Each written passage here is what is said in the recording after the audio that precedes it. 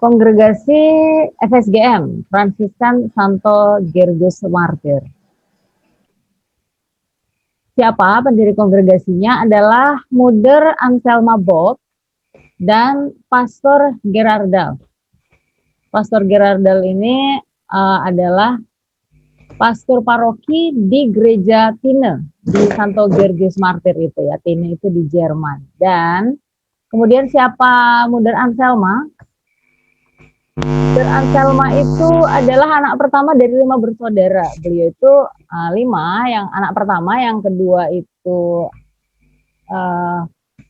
Caroline, kemudian ada Robert, ada Emile, dan Mother Anselma menjadi yang pertama dengan adik-adiknya 4, namanya Pauline Bob, kemudian lahir di Steinbach, Keuskupan Rothenburg, Jerman Barat pada tanggal 25 Agustus 1835.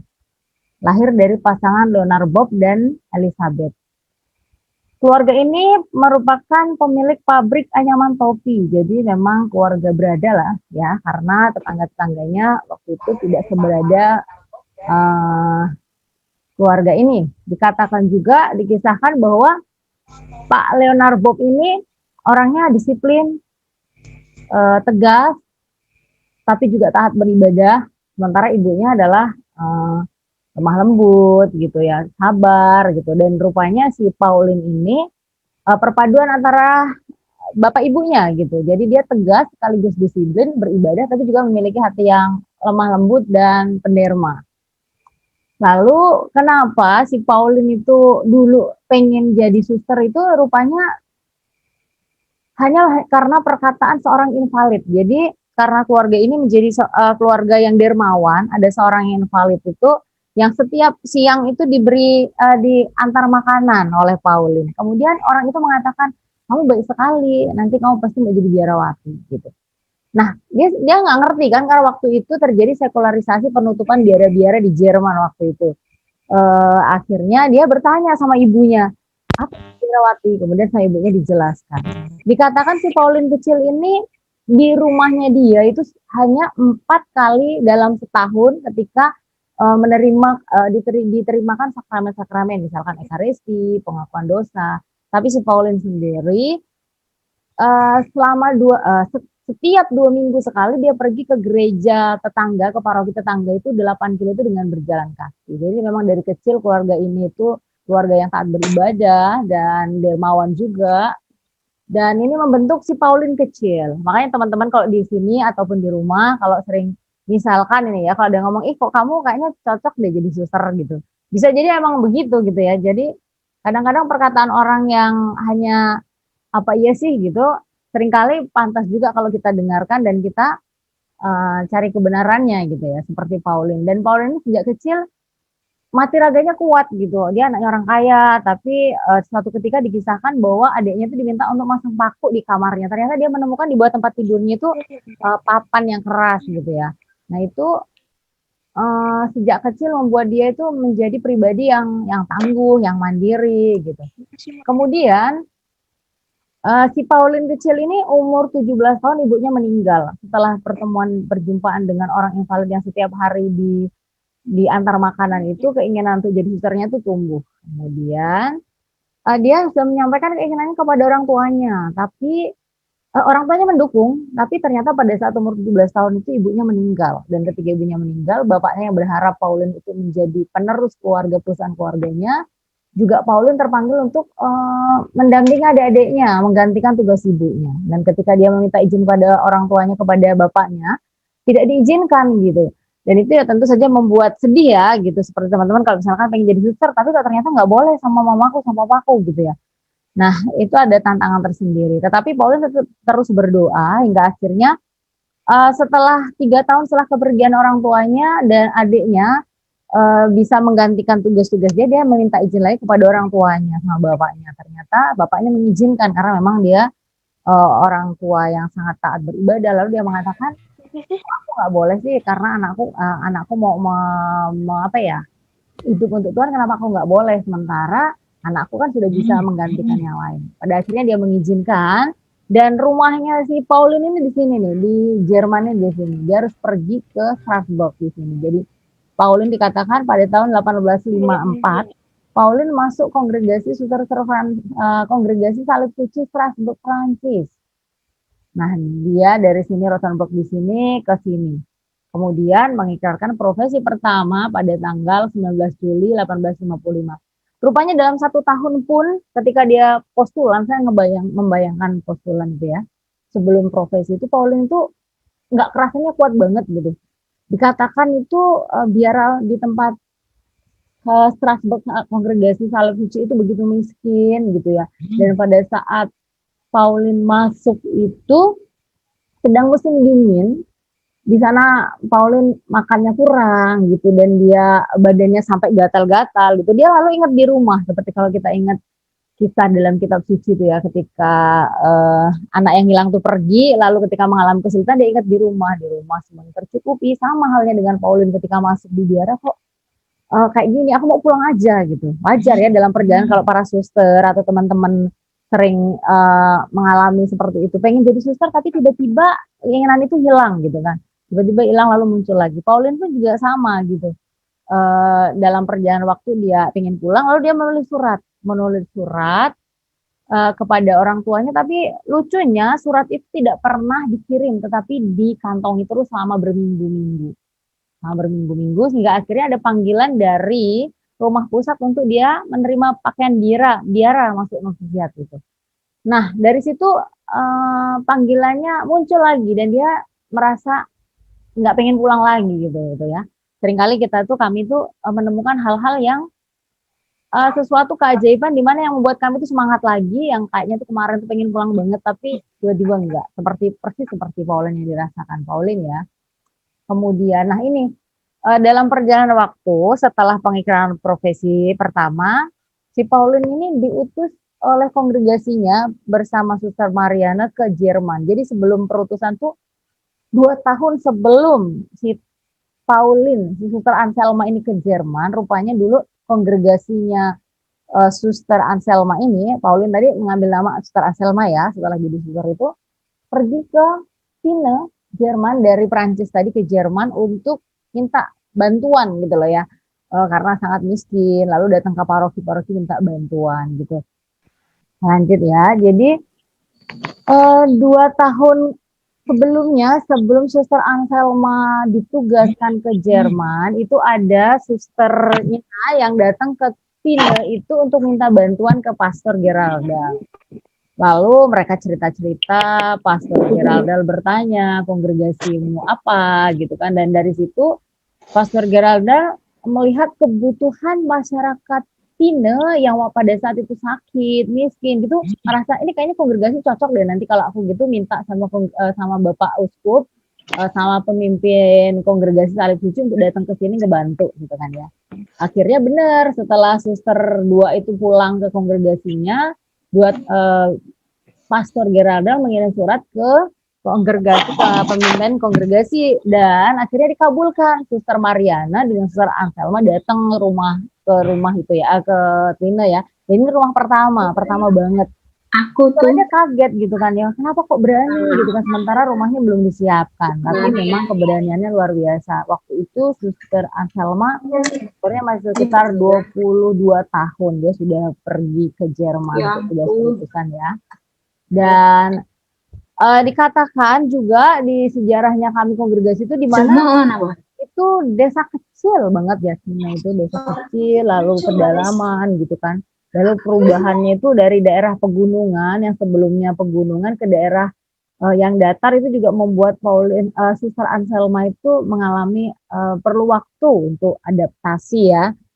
Dan kehidupan yang sederhana begini, dikatakan rumahnya itu waktu itu masih bocor-bocor gitu ya, sampai tidur itu digeser-geser gitu, tetapi tetap dijalani, bahkan untuk makan setiap hari pun kurang gitu ya.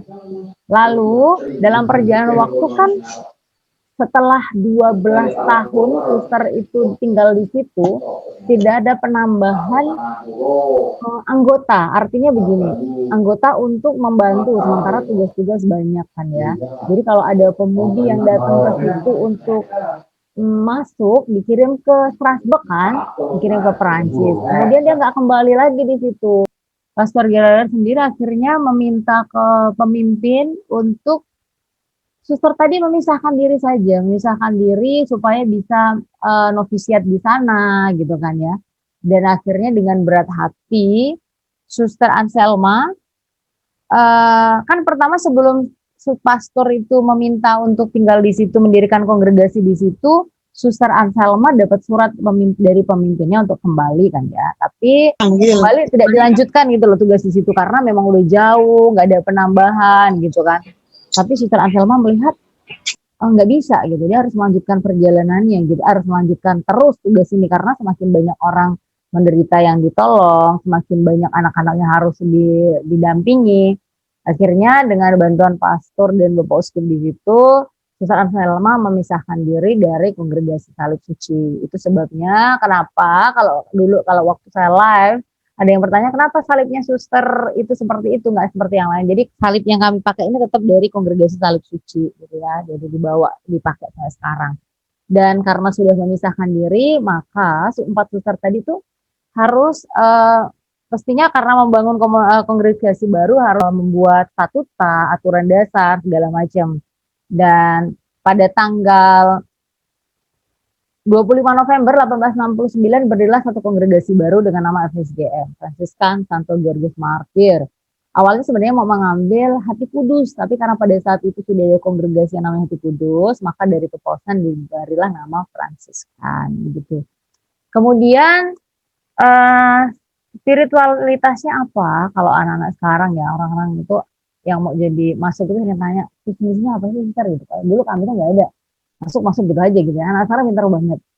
Dengan melihat orang miskin dan menderita, kami melihat Yesus yang vertikal, namun memberikan hidup yang baru, itu sisinya. Intinya bahwa, ini spiritualitasnya, intinya mau mengatakan apa? Kalau dilihat FSGM itu nggak punya karya yang hebat-hebat, yang besar, yang mencolok seperti kongregasi lain. Misalkan kalau anggap aja suster CB itu kan udah, kesehatan, terusulin pendidikan. Kalau FSGM enggak. Jadi kami pertama-tama seperti Mudar Anselma tadi datang ke tempat yang mau ditugaskan. Misalkan ya ada Papua, kami dulu diminta untuk datang ke Papua. Kami nggak akan membawa persepsi apanya kami, tapi kami datang dulu hadir. Apa sih yang perlu dilihat? Oh ternyata orang sana butuh untuk diajari bagaimana hidup bersih, mandi. Ya udah kami ngajari mandi dulu gitu loh. Mandi gitu ya. Terus ternyata habis mandi diajari untuk berhitung. Nah, itu yang kami katakan bahwa melihat orang-orang miskin dan menderita. Jadi kami melihat dulu kebutuhan apa yang paling dibutuhkan di situ, maka kami melayani di situ. Intinya begitu, spiritualitasnya kesiagaan menanggung perendahannya dalam kemiskinan kerendahan hati, serta pengosongan diri untuk menambahkan cinta kasih Allah yang penuh kerahiman. Jadi lebih pada bagaimana kita untuk melayani orang-orang miskin yang pada saat itu apa sih kebutuhan apa yang paling urgen, maka tidak menutup kemungkinan kongregasi kami berkembang pada yang pelayanannya selanjutnya berkembang gitu ya. Kalau setelah kemarin itu mungkin pastoral, besok berkembang lagi, oh ternyata butuh pendidikan, maka pendidikan, besok lagi berkembang lagi ke administrasi, begitu. Lalu di awal karya di Biara Tuina waktu itu Mudar Anselma itu masih rumah perlindungan anak, awal-awalnya di sekolah dasar, lalu keterampilan menjahit, merawat orang sakit, dan rumah yatim piatu. Jadi ternyata waktu itu zamannya Mudar Anselma di Tina ketika mendirikan kongregasi baru itu banyak orang sakit, dikatakan tipes, malaria gitu, dan mereka juga banyak yang anak-anak rupanya hampir seperti tempat kita itu, jadi perempuan-perempuan itu pada nggak sekolah gitu, maka jadi keterampilan oleh Mudar Anselma. Dan anak-anak tadi yang sakit itu dibawa ke rumah yang masih sederhana tadi gitu ya. Jadi dalam perkembangan waktu nanti itu menjadi rumah sakit gitu, menjadi rumah sakit, dan sekolahan itu juga semakin menjadi besar juga dalam perjalanan waktu. Lalu kalau awal-awalnya di Tina saja pada tahun 1869, lalu perjalanannya selanjutnya kongregasi ini melebarkan sayapnya ke negeri Belanda pada tahun 1875. Kemudian ke Jepang 1920, ke Amerika Serikat 1923, Indonesia 1932, Albania 60, dan Brasilia 1972. Karena kita konteksnya Indonesia, saya mau mengambil Indonesia dulu ya. Indonesia perkembangan kongregasi ya. Cabang pertama di Belanda itu pada tahun 1875. Nah, dari Belanda itu ke Indonesia. Jadi suster tadi Jerman ke Belanda, dari Belanda ke Indonesia pada tahun 1932.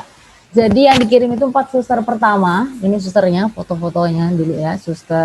Empat suster ini naik kapal, dikatakan 2 minggu, 2 mingguan sekian gitu ya, sampai Indonesia, sampai di Tanjung Priok sana ya. Ini kemudian rumah pertama kami dulu tuh ini. Jadi di Pringsewu ya. Pringsewu itu Lampung itu Sumatera. Di Sumatera persis di bawah ya. Kalau di peta tuh di bawah banget gitu kan ya.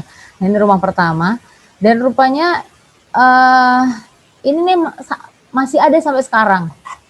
Masih ada sampai sekarang ya. Jadi renovasi sekian, patungnya juga masih ada. Kemudian ini masih ada persis gitu kan. Dan ini menjadi rumah induk bagi kami yang namanya Rumah Provinsialat di Pringsewu. Ya, dari sini akan berkembang ke karya pertama di sana pada tahun 1932 itu oleh 4 suster itu hanya ada kesehatan, pendidikan dan pastoral, karena waktu itu suster melihat memang orang-orang Pringsewu itu, masyarakat Pringsewu itu waktu itu transmigrasi ya. Gitu, terus orang itu masih kurang, pendidikannya kurang, pastoral juga. Mas suster-suster masih mencari mana sih yang Katolik gitu ya, Katolik gitu, apalagi waktu itu sebelum perang kan ya, jadi kebayang dong pergi naik sepeda jauh untuk mencari yang Katolik mana gitu, mengumpulkan. Nah ini sekolah di Pringsewu yang pada akhirnya berkembang nanti menjadi sekolah sampai sekarang gitu ya.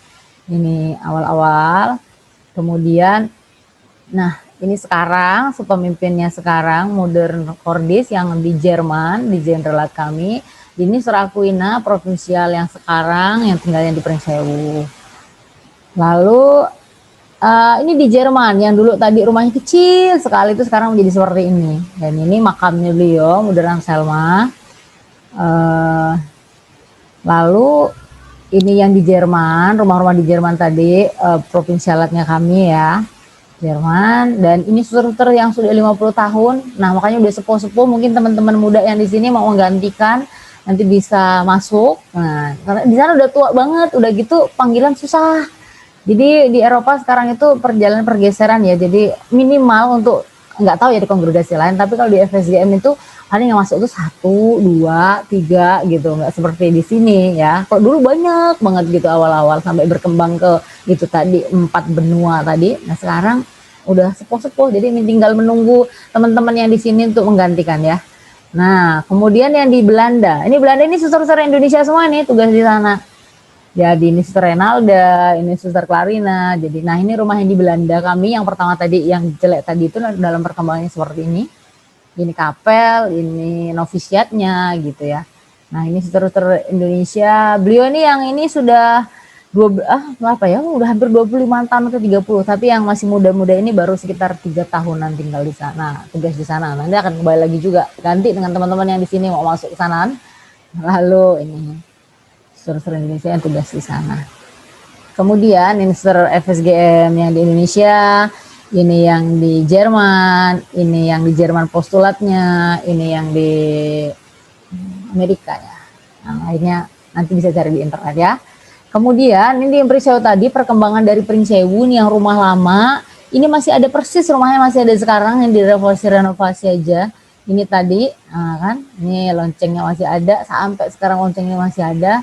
Ini juga malaikat Tuhan Yesus itu masih ada, hanya dicat saja, makin lama makin diperbarui ya warnanya ya, karena panas, hujan, otomatis kan warnanya pudar. Lalu ini novisiat, perkembangan selanjutnya ini novisiat dulu 1 saja, tapi karena rupanya dari Timor Leste, puji Tuhan, dari arah-arah sana itu Katambua gitu, Flores gitu, Timor Leste itu ada banyak calon, maka kami mendirikan novisiat Santa Maria kedua. Jadi yang untuk nanti Timor Leste, Katambua itu biasanya pendidikannya di sana, tapi nanti setelah lulus novisiat itu ke Pringsewu, lalu nanti ada pembinaan lagi 1 tahun lagi untuk sama-sama dengan novisiat yang di Santa Maria 1 dan Santa Maria 2 itu bergabung untuk kembali melanjutkan pendidikan sekitar 1 tahun di Mother Day. Dan perkembangan setelah 88 tahun, ini dulu suster pertama kami, ini gadis ini 2, mereka 4, sekarang akhirnya berkembang menjadi yang kaul kekal itu baru 202 suster. Lalu suster junior ada 58 suster. Lalu suster novis 1 itu ada 8, suster novis 2 itu juga ada 8.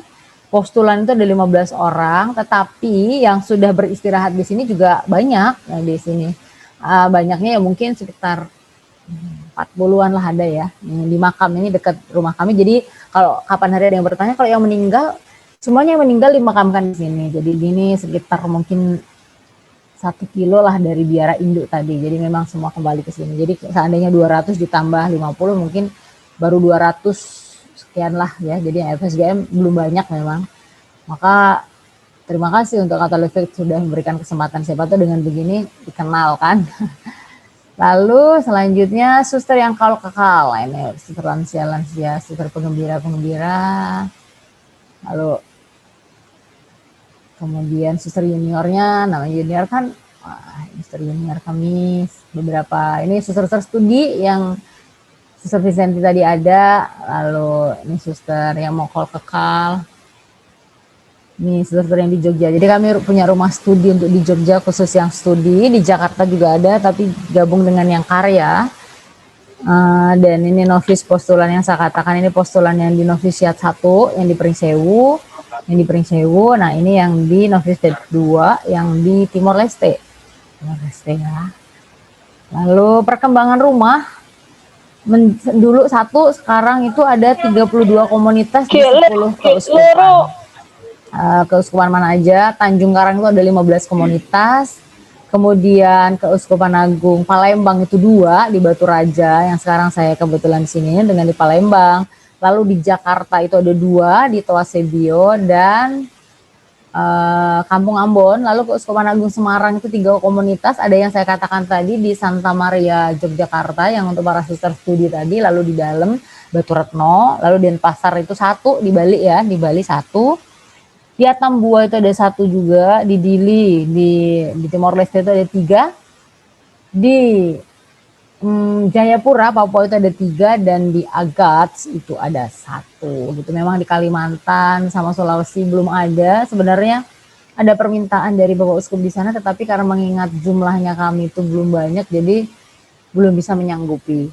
Semoga teman-teman yang di sini masuk dan nanti punya banyak anggota, lalu bisa menjawab kebutuhan ya untuk berkarya di sana. Lalu karyanya apa aja? Yang tadi sosial itu masih ada. Jadi kami punya asrama-asrama, misalkan di Pringsewu ada asrama, di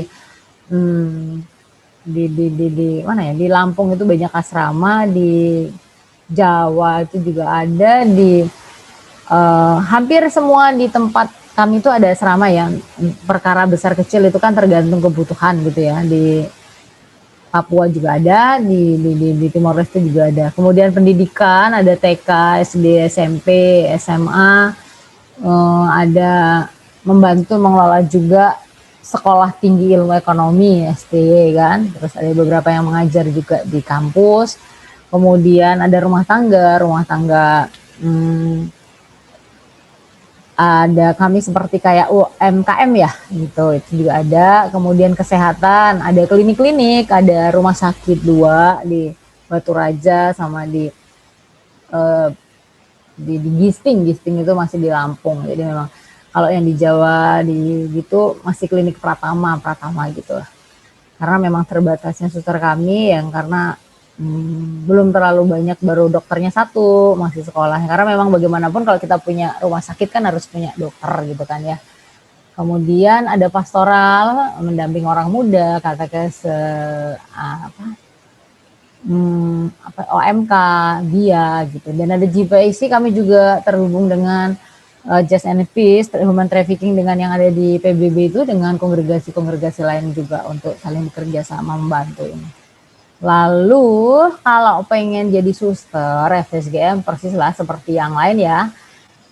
Caranya gimana daftar, kemudian syaratnya apa seperti biasa wanita tulen, Katolik, sudah dibaptis, krisma, lulus pokoknya seperti yang lain lah maksimalnya 35 tahun. Nah, gimana caranya? Nah, bisa kontak saya di Instagram atau kontak yang di Jogja bisa Suster Vincentin. Itu sudah ada di situ dan atau gampang lah sekarang ya kontaknya bilang Pak janji suster gitu, gampang. Itu dari saya. Terima kasih teman-teman. Mungkin nanti teman-teman lain-lain mau menambahkan, silahkan. Terima kasih.